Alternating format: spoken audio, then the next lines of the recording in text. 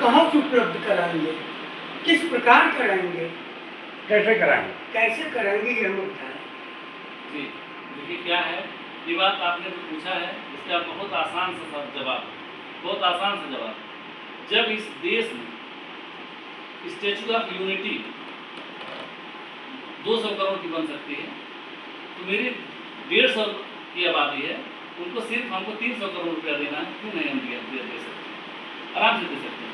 जब स्टैचू बनाने में जिससे कुछ भी होना नहीं है, जिसका कोई भला नहीं होना, और गरीब आदमी रोज जो है भ्रष्टाचार फैला रहा है, तो किसी तरह सोच रहा है कि मैं किसी बहन बेटियों की रेप हो रहा है, अगर वो देख रहा है और कोई आदमी उसको खरीदना चाहे, उसको 10 लाख रुपये देकर कहे तुम गवाही ना दो, 10 लाख रुपये लेकर के वो अपनी बहन बेटियों का रेप होते देखेगा और वो नहीं बोलेगा। ठीक है, क्यों? क्योंकि उसको पैसे की आवश्यकता, उसको पैसा देते हैं और बिक जाता है। लेकिन जब उसको सरकारों के द्वारा उसको अमीर बना दिया जाएगा, तो वो भ्रष्टाचार के बारे में नहीं सोचेगा, वो ये सोचेगा मैं इस देश के लिए क्या करूं कि जो हमारा देश आगे बढ़े।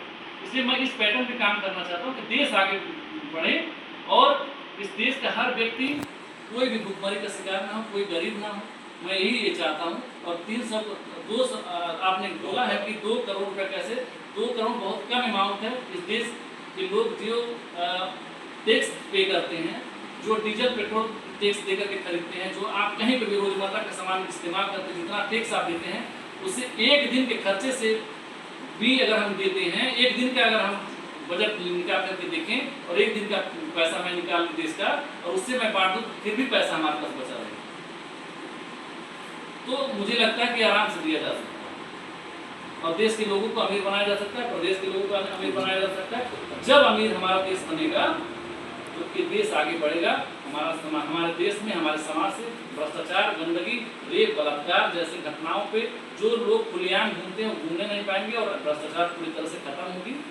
ये मेरा ऐसा सोचना। अच्छा भैया, एक सवाल हमारे बा आपसे ये बतावा, लोग कहेंगे बुर्जी समाज के देश की आज़ादी में कौनो हक नहीं बा, तो हम आपके मुखार बिंदु में जाना चाहत भाई कि हमारे समाज के का हक बा भैया? देखिए हक जो है, हक अधिकार तो पूरे देश में जो कॉन्स्टिट्यूशन इजाजत देती है, सबका अधिकार बराबर का है। लेकिन कभी कभी कुछ जातियां ऐसी हैं जो ऐसा काम कर दी है इस देश के अंदर में जो किसी ने नहीं किया।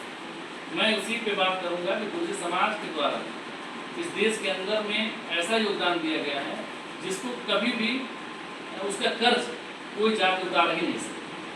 क्योंकि अगर आपकी माँ आपको पैदा करी है और वो दूध पिलाती है तो आप बड़े होते हैं, उसी तरह का रोल इस गुर्जर समाज ने इस देश के लिए अदा किया।